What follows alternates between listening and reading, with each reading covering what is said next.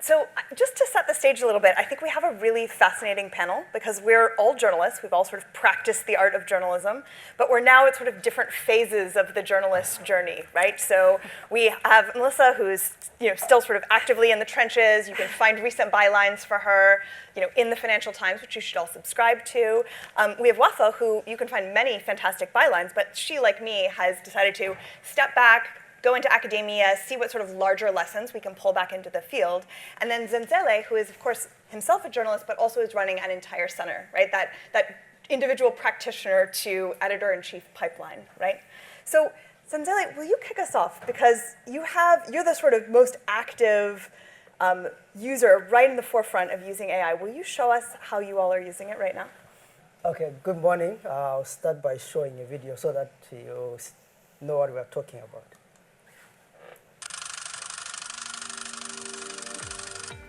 Hello, and welcome to the future of the newsroom.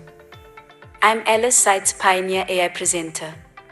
The site virtual newsroom is powered by 7 avatars, each with a unique role in keeping you informed and engaged. Let's meet the team. Hey everyone, I'm Vusi, your AI weatherman. I bring you daily weather updates for the Bulawayo metropolitan area and provide reports on the city's ongoing water crisis. I also host short explainers that make complex governance issues simple and relatable. Hi, I'm Luzibo, a cloned version of a reporter at our organization. Through my program on climate change, I explore how Africa can respond to this global challenge and show how innovation can enhance, not replace, the human voice in storytelling. Je suis Nala, ensemble avec mes co-animateurs, nous sensibilisons aux problèmes qui touchent les jeunes en promouvant leur voix et leur autonomisation.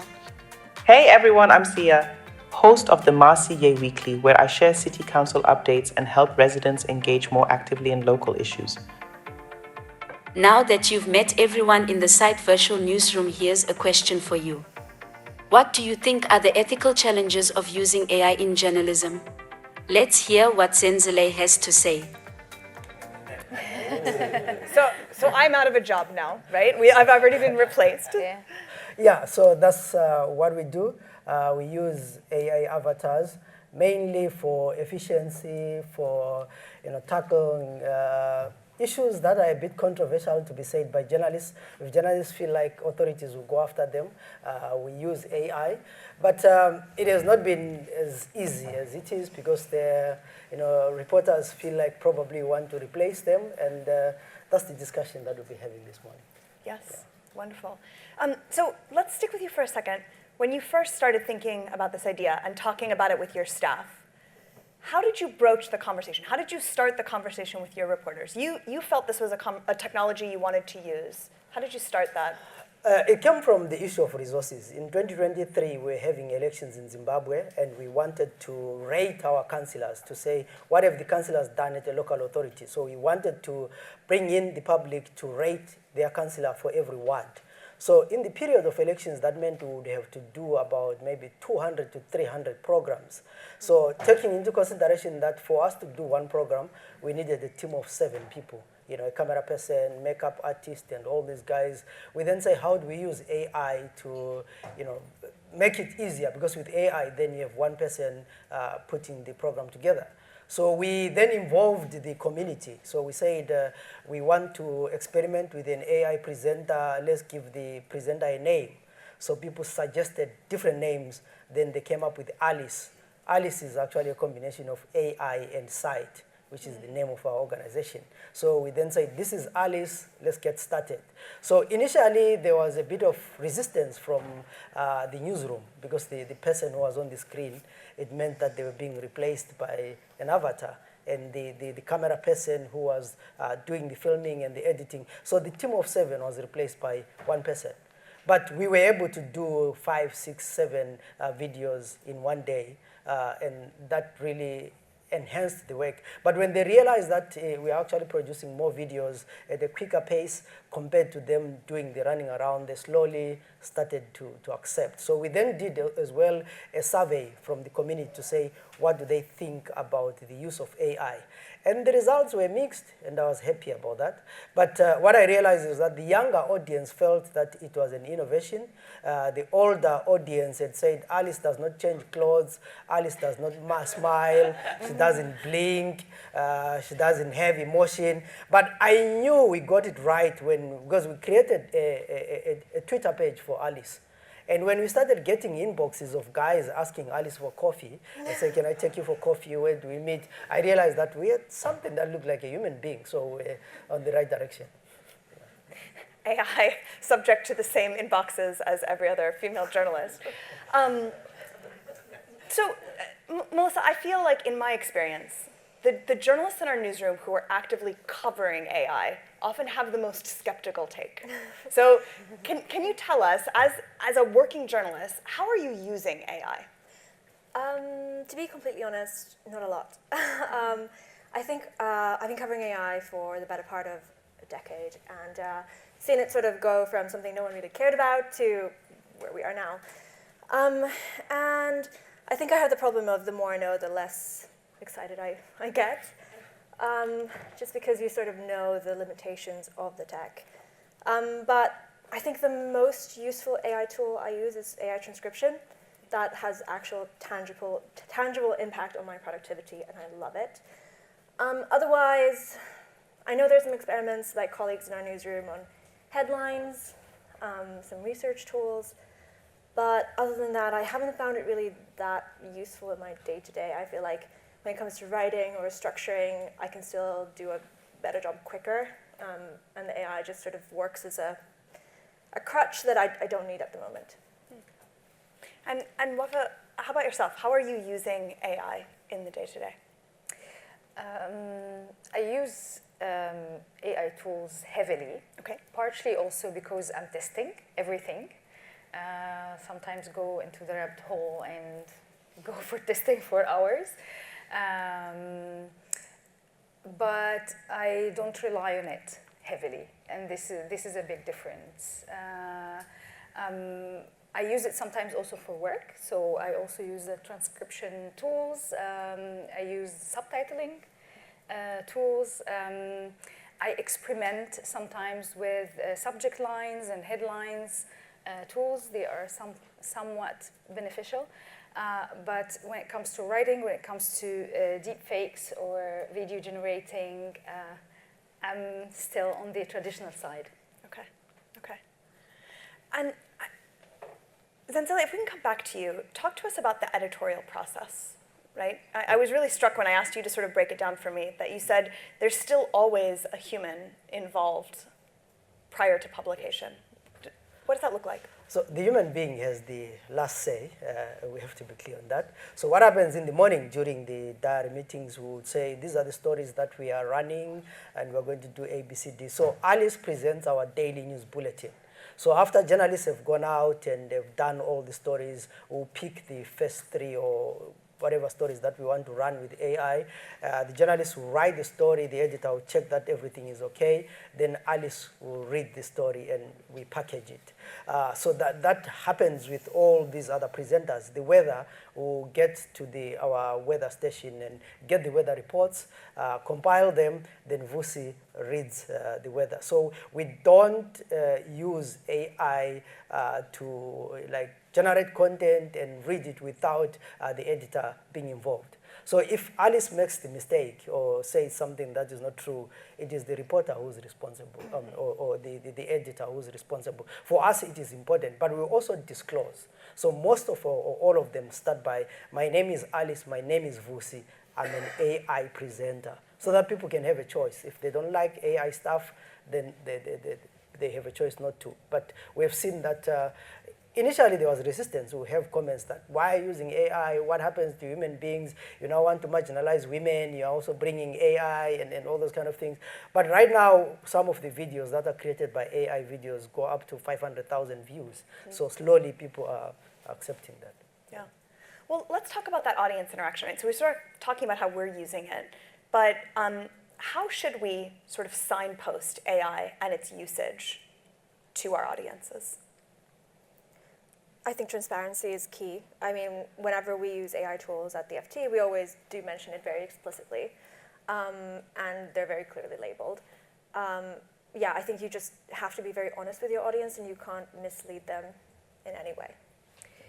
I think, again, transparency is a great way to communicate with the audience, but talking about the research that is done on audiences who know that these are AI-generated content, be it from text to sports reports or financial reports or whatever, they get less engaged. And talking about the business models in journalism that we are having at the moment, we are constantly seeking for more engagement.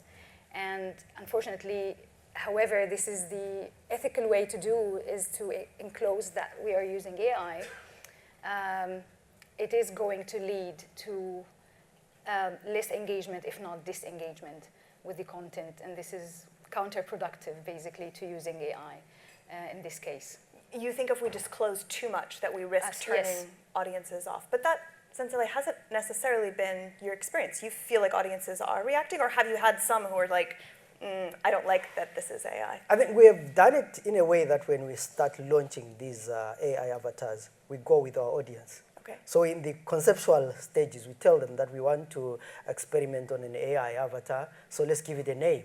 And then we would have, because we are using platforms where yesterday we were talking about buying or building, we are renting these spaces. And then we spend our $10,000 a month on the license to use these avatars. I think that's a great moment. Let's pause on that. Then we should have sort of a third state of renting AI. So, because we give them different faces, you know, is this face or that one or that? And people say, no, that one doesn't look like. Ladies will say, no, we want a hunk. And guys will say, you want someone nice. And we agree on the avatar. So by the time we launch it and say, here is our avatar, everyone is on board. When I say everyone, I mean our audience in our context. But we do have, you know, I'll call them dinosaurs, who believe that, you know, we want a human being, they don't blink, they have no emotion, and all those kind of things. So we do have Ludwigs who don't believe in that kind of thing.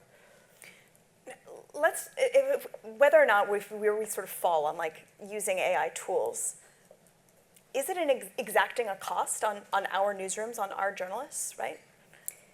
If you're asking me now as a researcher or as a journalist? You can answer either way. Well, I innovated products in newsrooms before. I worked as a journalist, and now I'm researching the human psychology, how they perceive things online. And I can't help but see the critical side of things at the moment. Of course, I don't want to be one of those doomers who want us to stop innovating and not doing anything, because I'm an innovator myself. And I don't want to also be the boomer who is, let's move fast and break things and not think about our status at the moment in the journalism industry. I feel we are now at the moment where we are figuring out so many problems.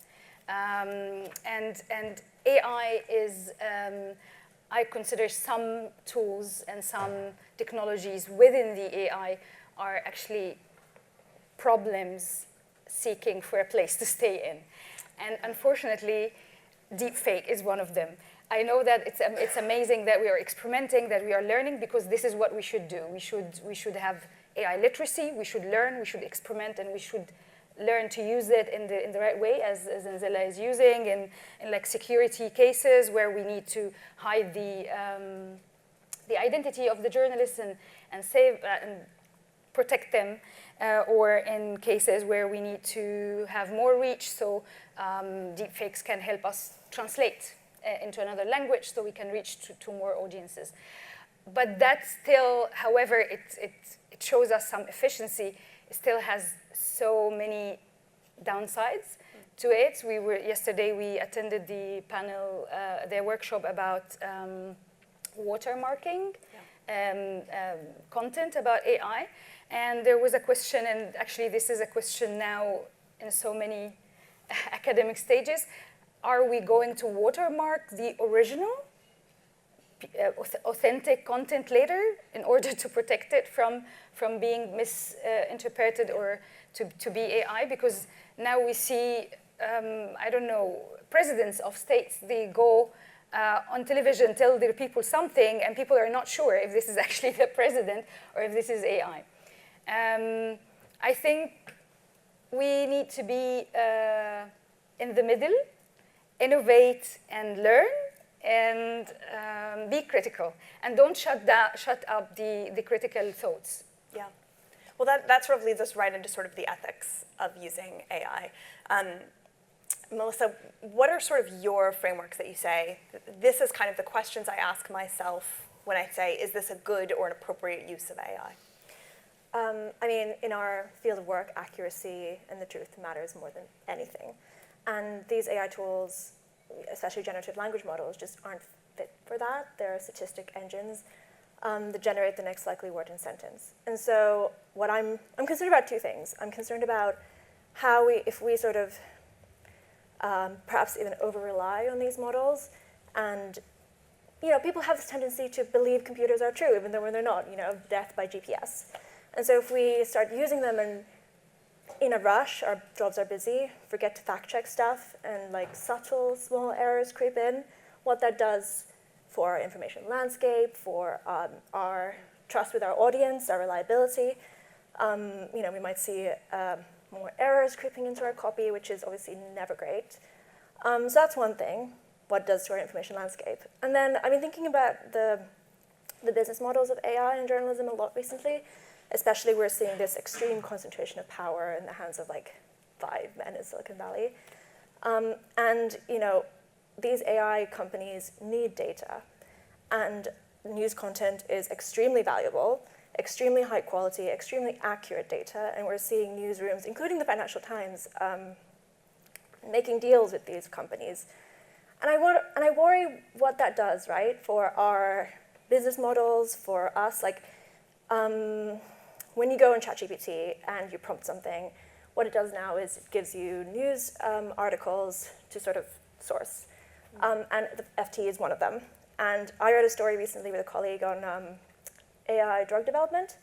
And then I started getting pitches from PRs who'd clearly used ChatGPT on AI drug development with lines from my story. They're like, hey, news. You haven't seen this. I'm like, okay, so you're basically ripping me off and pitching me my own story back. So I don't know, that's not great for the broader information landscape. But also, yeah, I do worry what it does for our business logic. Wafaa, Zenzele, do you have thoughts on the ethics or? Well, for me, I would say, I think ethics in journalism don't change. I mean, it's about fairness, it's about transparency, it's about, bias or making sure there's no bias. But I would say, I think as human beings, we have always been resistant to change. Go back, fast forward, 18 when we had the Gutenberg press, and we had TV and radio, and people said radio was going to kill the newspaper, the TV was going to kill the radio. Then we had social media, and we were all resisting to go on social media because there was this thing called social media. It reminds me of the Y2K in 2000, where we said our computers were not going to change over to 2000. So we are always solving problems that are not there, running away from our shadows. I mean, we are human beings, we are innovating, so let's keep going and see where we end. Is there anything you won't use AI for, Wafaa? I won't use AI for companionship, and I won't use AI for relationship advice. That's a no-go. Yeah, those are your hard lines. Melissa, anything for you where you just say, nope? I mean, again, there's certain things we can't control, but you won't use yourself a task where you take it to AI. Anything writing related. Okay. Or anything where I need the truth. I use it for playing with my niece. ChatGPT voice mode is great fun. Making it do silly accents. Yeah, anything creative or low stakes, that's a great AI use case for me. Okay. So anything for you where you say not? We tried to do an AI pasta.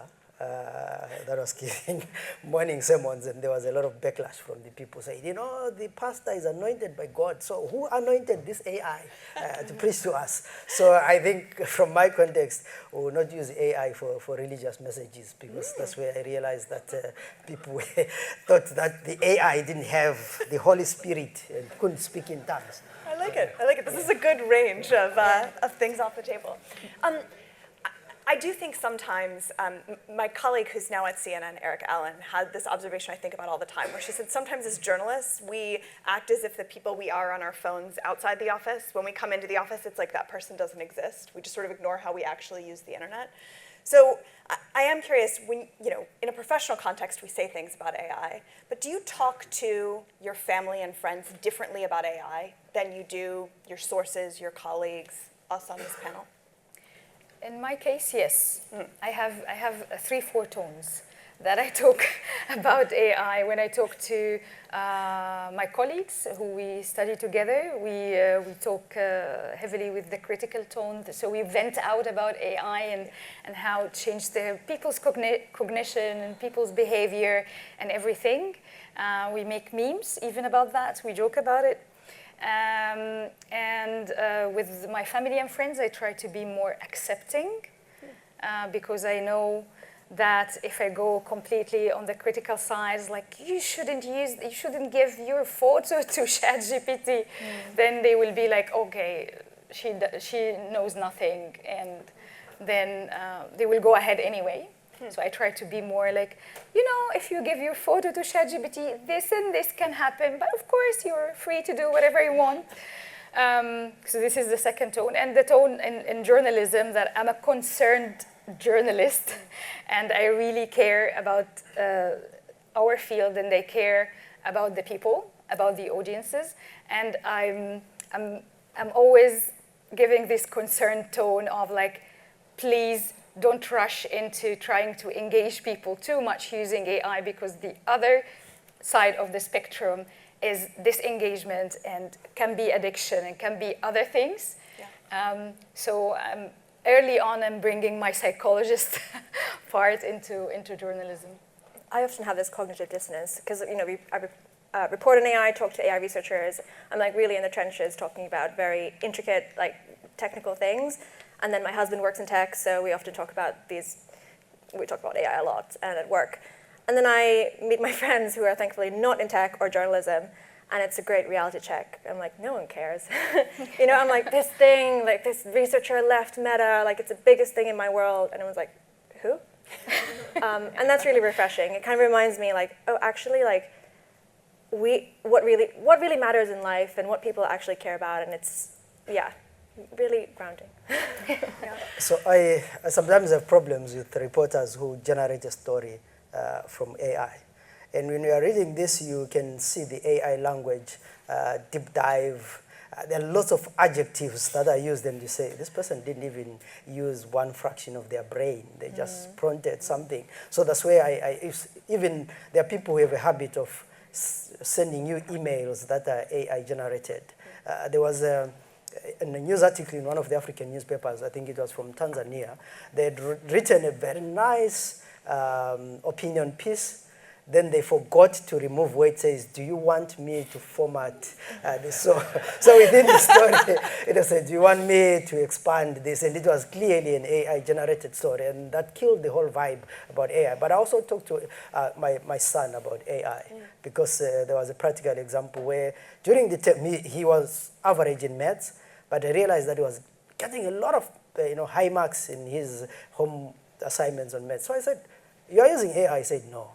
So when the exam came, he failed maths, and I said, what happened? He said, AI happened. You see? So the AI was learning, he was not learning. So I always talk to my son about how he should use AI to get notes, to get AI to explain to him concepts, rather than just being quick to get answers. So there is the problem of AI and education, how our kids are using AI and not learning the concepts. Yeah, absolutely.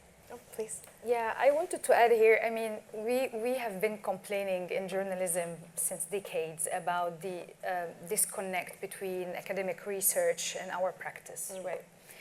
And now I feel that in journalism, we are deliberately choosing to ignore what's happening in academia, because we have, of course, we have some research about productivity and how AI is increasing individual productivity, but we take this part of the research and we don't look that it decreases the collective productivity. And we don't apply to our profession and say, okay, are we individual productive industry or are we collective productive industry? So I guess the question wouldn't be for us is like to use or not to use AI, is to choose which tools and what problems it is solving for us. Because I feel at the moment we are comparing AI a lot with the social media hype that happened some years ago. And we are rushing so quickly not to miss out this train this time. So we are on time. But it's different. And we need also to learn from what we have now from over-dependency on social media. Yeah. So this needs also to reflect on our education to our families and our friends and because these are our audiences at a certain point. I couldn't agree more. I think we should be thinking about it instead of how can we use AI, thinking about what problems can AI help with. What is it actually suitable for? What use cases would make a difference versus trying to just do everything with AI and like we have a hammer but we don't have a nail, So flipping it like that. And I think your point about social media is completely correct, right? That changed our business logic, the way we do journalism fundamentally. And I don't know if it was for the better. And the narrative from Silicon Valley is very much like, this is magic. And if you don't use it, you're going to lose out. You're going to be losers. But I think we have agency, we have power, and we should be asking those questions and, really using it in ways that benefits us instead of, the tech sector. Well, let's sort of end on this big sort of future-looking note and then take some questions from the crowd. But we've been wrestling with funding models in journalism, arguably forever, but certainly in the last, I'd say, 15 years? It's like this constant question of how do we make money? And the trade-off, particularly when we look at social media, of do we choose to get scale and audience eyeballs and really often trade away monetization? What lessons do we take from that as we move into this AI future? Whether we're renting the technology, whether we're licensing it and asking our journalists to use it, whether we're thinking about it, to your point earlier, Melissa, as a distribution tool that we sort of appear within this ecosystem? I don't think the lessons are clear yet. We can think about the lessons that we learned before from other models of distributing the content or monetization. But it's a continuous learning process. I think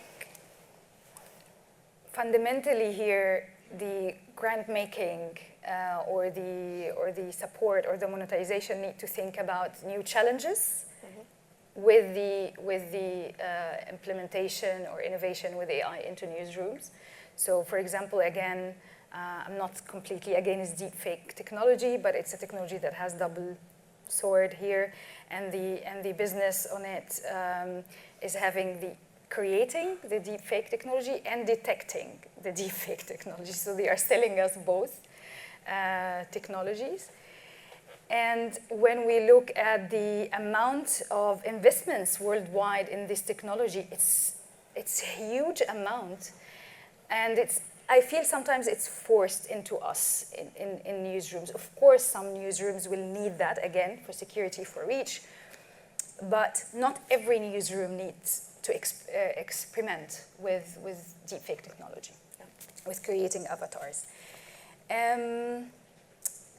At the end of this tunnel, I just see that we will be draining our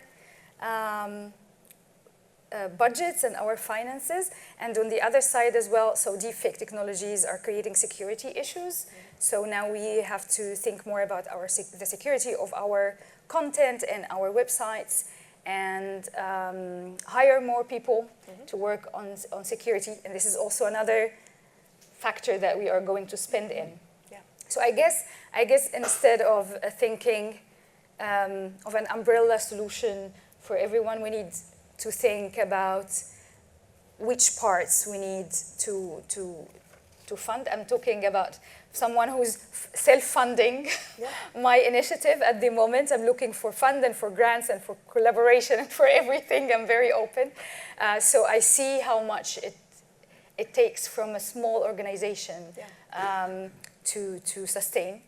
And I think it's working at the moment as a burden, to be honest, especially on the self-funded or the small organizations that has limited fund.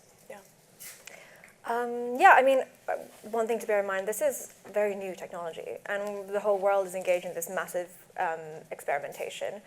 And often experiments fail, and so we should have the courage to say, all right, this worked, this didn't, and then just sort of move on. Is AI the 360 video of the current moment? Well, exactly. Zenzele, will you close us off with some thoughts on this? Yeah, I think the issue of monetization is a problem right now. But I'm thinking that, Africa, there's always the issues of access. And in '99, when I first opened my email, I didn't know about email. I paid someone to show me how to open an email. I find it fun right now. And I think I'll charge anyone who wants to know how to use ChatGPT right now, because 2 years later, they'll be using it on this own. So I'll take every opportunity where someone wants to use AI to charge them, even to write a prompt for them. So it's not a one-size-fits-all. The different contests call for different models. Yeah. I like that. All right, let's take some questions from the crowd. Good morning, everybody. I'm Jim Carney. I teach journalism in the Bronx. I teach journalism in the Bronx. And this is for the whole panel, but Zenzele, you mentioned about telling your son how to approach AI. How would you suggest that we teach an attitude towards using AI to young journalists that are coming up through the chain? Yeah, I think we should take AI as a tool that we can use, but not as the brain. The human being will always be more intelligent than the tool. So probably sometimes we have the problem of artificial intelligence. It's not as intelligent as we think it is. So I think our young reporters should know that they will remain relevant, because AI or this avatar that I just showed will not go out and do the vox pops and ask people. But when they bring information, it can synthesize the information for them, it can show them trends, and it can highlight some of the things that they've not needed. And if you have a document that is 360 pages, it can help you summarize the document so that you see the hidden similarities in the document. So journalists need to know that the story is somewhere out and not on the computer. And they really have to rely on this tool to synthesize information that they have gathered, not to use it as the primary source of generating the story.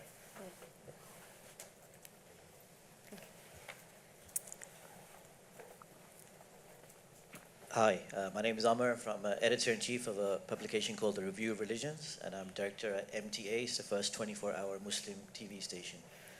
I really enjoyed your talk. I thought it was very intriguing.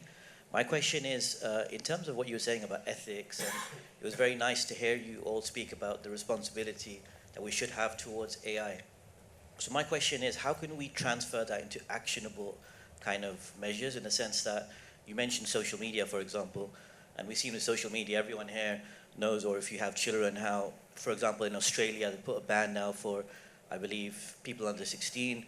So the same cycle we see with the internet, no regulation, inappropriate content. Now they've had to, move back and put regulation after a whole generation has been affected negatively in terms of inappropriate content. So why will it be any different with AI in terms of, we have a wish for it to be different, but how can that transfer into anything different than the cycle we saw with social media, with internet? The same thing would happen with AI. If we don't actually put some strong ethics, and how can that be different this time? Well, ethics cannot be a written code, right? We can have a code of conduct, we can have policies, we can have compliance, but at the end, all of these together can make ethics, and ethics lives within us. I guess it's, I don't know the complete solution, but I guess at the moment, the thing that we can do is AI literacy for everyone, to start as early as possible. That means we can teach kids in the primary school about AI ethics and AI literacy. AI literacy including AI ethics, because what I see now is like the sky is raining tools everywhere. I come originally from Egypt, I'm based in Berlin, and I see the conversation between the Middle East and Europe is completely different on AI. In the Middle East, people are just talking about tools that is going to change their lives, that is gimmicky in a way that they are playing with AI. They are not really using AI. And I mean, of course, there are people who are using this wisely and good. I'm just talking now about what I see from the online impression. And in Europe, it's completely different. I hope we create this bridge and we understand that this is a global issue and that we need globally to educate everyone about AI as early as possible and not to fall into the trap of waiting too long, seeing the problem is happening like we saw with Instagram, for example, and the body image. And then we start to find a solution and then we start to regulate. Big tech will not regulate themselves for us. We need to take this initiative to us, to our communities, and start educating. I think I would say we always have bad actors. You know, fake news and lack of ethics did not start with AI. If you are a Christian, you can trace back fake news and rumors at the Garden of Eden when the snake lies to Eve to eat the fruit. If you are a journalist and you read about the tree of Heikkilä and how journalism started, kings and they used to send their spies to places, coffee shops and saloons to listen to what rumors people were saying and all those kind of things. So rumors will always be there. Look at the propaganda that was during the World War. You can look at all the wars that happened before social media. There was always fake news. There was always lack of ethics. So lack of ethics and bad actors are inbuilt in a human being.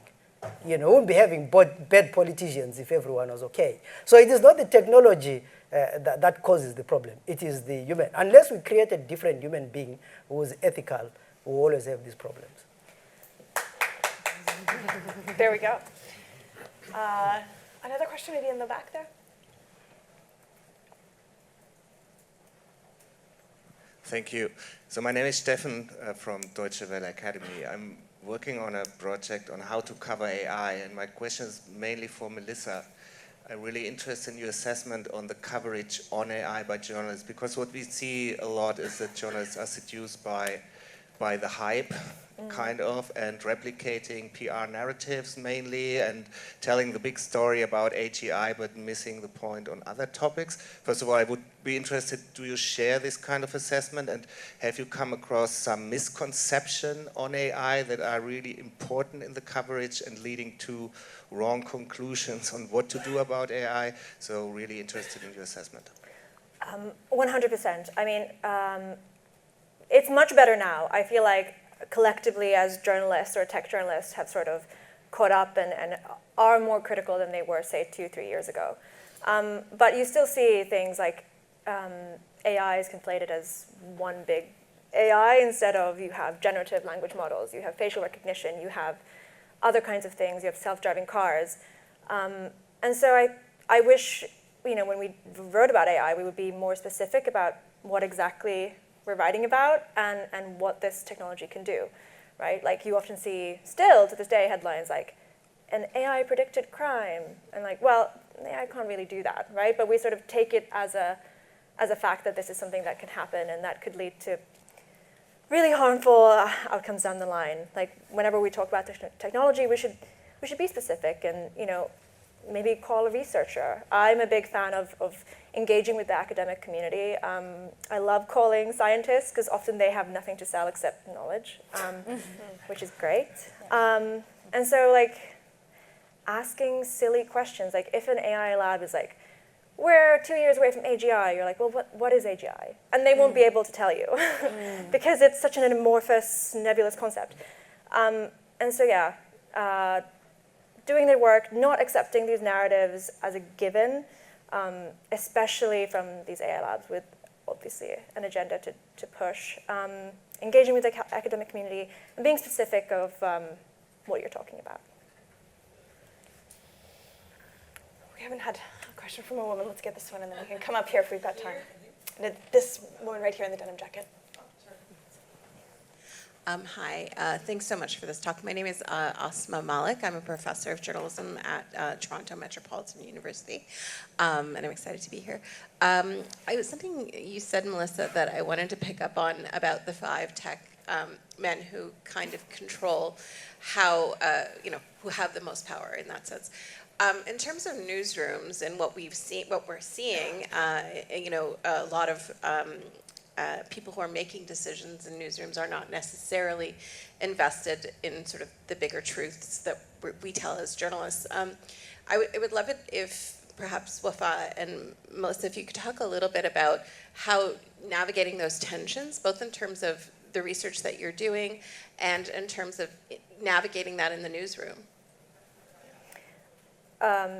So how we can get the business side and the journalists talking? Exactly. Basically.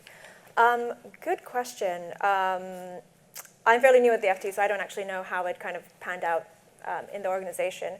But my impression is that, and often business sides and the newsrooms are there's a Chinese wall, they're very separated. But, if you have a tech reporter who has been looking at these topics for a long time, get them in, get people who use the technologies day to day, consult them, have a sort of collective consultation, I guess, of how people use it. At the FT, we have people who thankfully have actual computer science degrees and know the technical side, and so they've been really heavily involved in crafting this strategy. It's not just some like business dude somewhere. So yeah, and we do try to talk very thoughtfully about how it works and also the failures of the technology, and then sort of create frameworks for our experimentations around that. At the moment, my research is focusing on how media practitioners and journalists feel about using AI. I'm writing about if the use of generative AI works as a trigger for imposter syndrome, which is very, very deep into the psychology of people. I don't touch so much on the business side.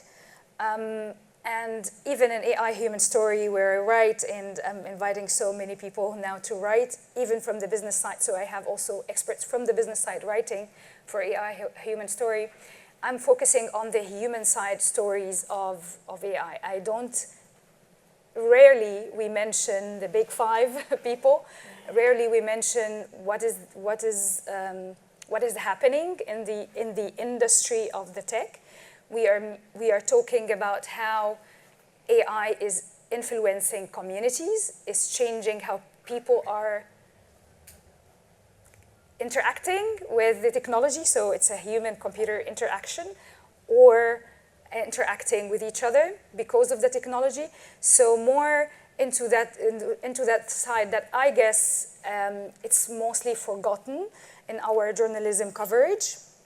And the business side, we have great people in FT and other big organizations that has a lot of resources to do that. It really needs resources, that needs connections, and it needs those computer scientists who can reverse engineer and test and do this kind of stuff. Have you done anything with monetization of your AI avatars?